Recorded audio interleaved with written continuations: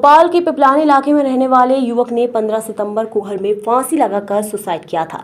इस मामले में मृतक की मां ने पुलिस को एक सुसाइड नोट दिया था, जिसमें बिलखिरिया थाने के एक आरक्षक की प्रताड़ना से तंग आकर जान देने की बात लिखी है। आरक्षक पर कार्रवाई की मांग को लेकर मृतक की मां की ओर से पुलिस उपायुक्त कार्यालय में भी शिकायत की गई है। इधर एसीपी दीपक नायक का कहना है कि घटना के बाद स्थल निरीक्षण के दौरान सुसाइड नोट नहीं मिला था। बाद में मां ने ये नोट सुपुर्द किया, जिसकी हैंडराइटिंग एक्सपर्ट से जांच कराई जा रही है। जांच के बाद आगे की कार्रवाई तय की जाएगी। बता दें कि सचिन दमाड़े ने पिपलानी स्थित अभिनव कैंपस में मां के साथ रहता था। वे कार शोरूम में जॉब करता था। उसने अपने घर पर 15 सितंबर को आत्महत्या कर ली थी। इस समय वे घर में अकेला था। उसकी मां इस समय नर्मदापुरम में थी। वहीं मृतक की मां की ओर से पुलिस उपायुक्त कार्यालय में एक आवेदन दिया गया है, जिसमें दावा किया गया है कि पिपलानी पुलिस को बेटे का सुसाइड नोट सौंपा है, जिसमें लिखा था कि मेरा बेटा आत्महत्या का कोई इरादा नहीं था। वहीं बिलखिरिया थाने का पुलिस वाला संजय सिंह सिसोदिया मुझसे 1 लाख रुपए की मांग कर रहा है। रकम नहीं देने पर जेल भेजने का दबाव बना रहा है। मुझे इंसाफ दिलाने पर इस पर कार्रवाई जरूर कराना।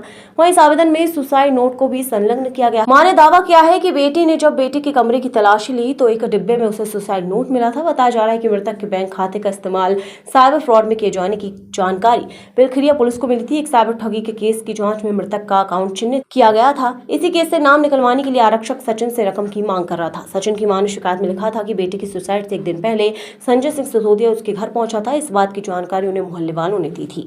ये शुरुआत जब 15 सितंबर को ये घटना हुई थी, तो जहाँ पे लड़का ये रहता था, हमारी टीम के द्वारा वहाँ पर जाके थाने स्तर पे जो टीम गई, वहाँ पे आसपास जो सर्च किया था, हमें कोई सुसाइड नोट वगैरह घटना स्थल से जहाँ से रहता था वहाँ से बरामद नहीं हुआ। कुछ दिनों बाद में इनकी माताजी ने आके एक सुसाइड नोट हमें प्रस्तुत किया, जिसको हमने विधिवत जब्त भी किया हुआ है, क्योंकि शुरुआत में हमने इनसे उसकी नेचुरल राइटिंग वगैरह के कुछ सैंपल्स मांगे थे, जो कि उनके द्वारा हमें प्रोवाइड नहीं किए गए थे।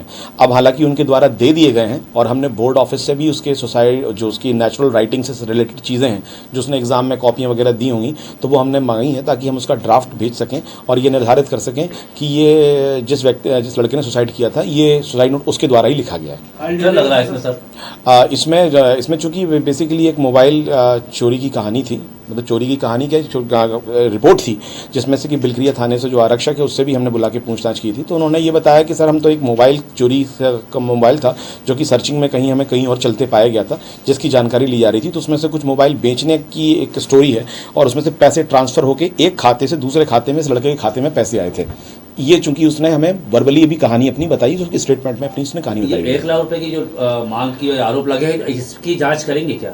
नहीं, अगर ये फैक्ट्स पाए जाएंगे तो बिल्कुल इसकी जांच की जाएगी। और चूंकि जो हमें उस बिलखिरिया थाने के आरक्षक ने बताया हुआ है, वो ये बताया कि उसने जिस लड़के ने सुसाइड किया है, इसको तो उसने बुलाया ही नहीं था। बेसिकली फ़ोन एक इसके पीछे एक लड़का था, जिस तरह की से फ़ोन मिला था, उसको बुलाया हुआ था, इस लड़के को नहीं बुलाया हुआ। उसके बयान क्या हुआ?